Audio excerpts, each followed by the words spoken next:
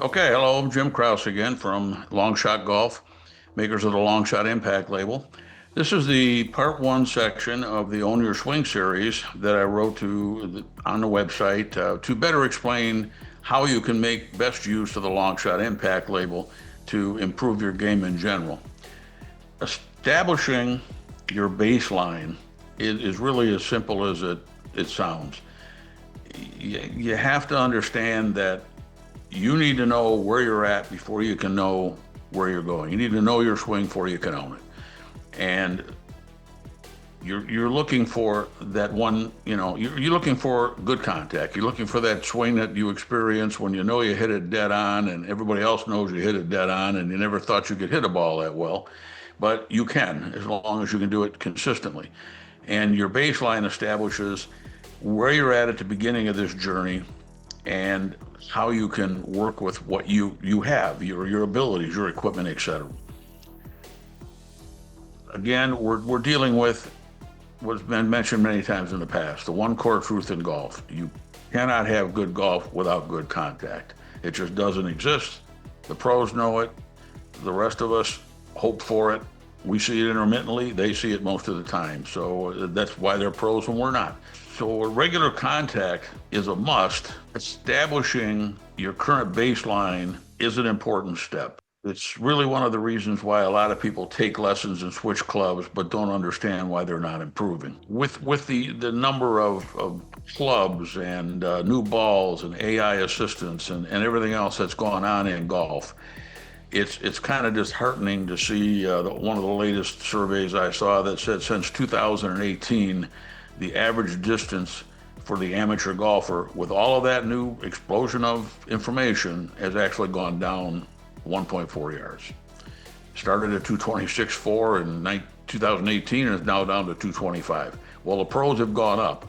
So that's, again, you have to be able to use what you're working with. Part of the process with baseline is to keep it, really, I believe is important, is keep a journal.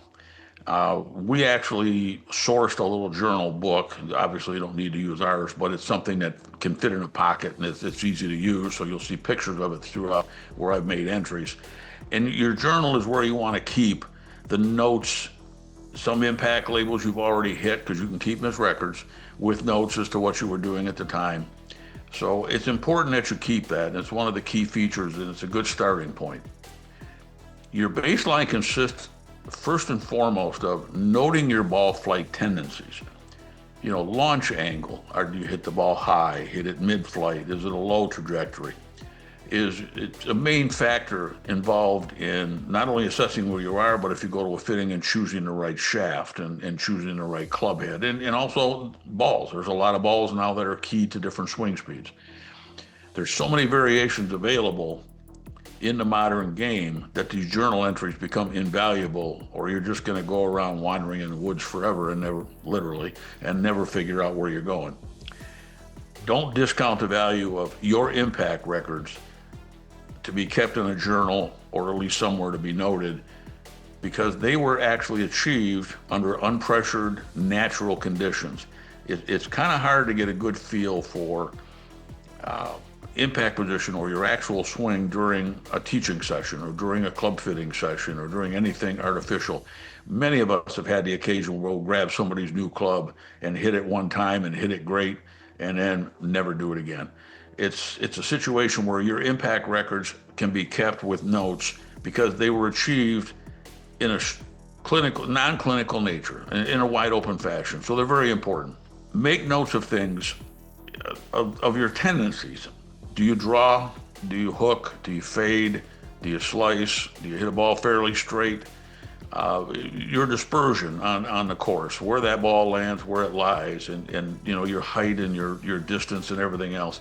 That's an important piece of data point, again, for determining equipment and also for determining where your game is. Your patterns are affected by the equipment you own, which will be addressed in a future issue, and the equipment you have and your own physical condition, which is a huge one. This is something that we really go over in the physical section. Your journal can be valuable when, picking any kind of equipment.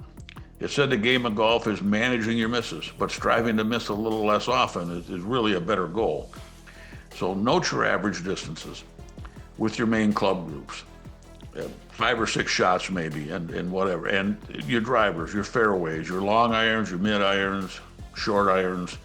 Putter is not really a big issue because a putter is a very personal type thing to work with, and it's just something that's probably as much mental as it is physical. If you use these records and keep, and you can hit 6 to 8 per label, and see what and get consistent readings. If you hit 6 shots, make sure that 3 or 4 of them are pretty well contacted, and you can get an idea of your carry distance, not your rollout distance, not downhill with the wind. It's your carry distance. If you can hit a 7 iron and it rolls out to 155, but it hits the ground at 140, you want to log 140.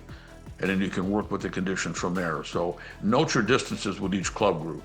This will also help you identify whether or not your contact is good, but which are your strong groups of clubs, which ones you want to keep working on, and then which ones you want to improve. The impact label's finite enough that you'll see a dimple pattern. You should see, if you stuck the ball square, well-shaped dimples on the face of the impact label. But if you're out of path, the dimples can actually be skidded in one direction or the other, still be able to be seen, but kind of oblong.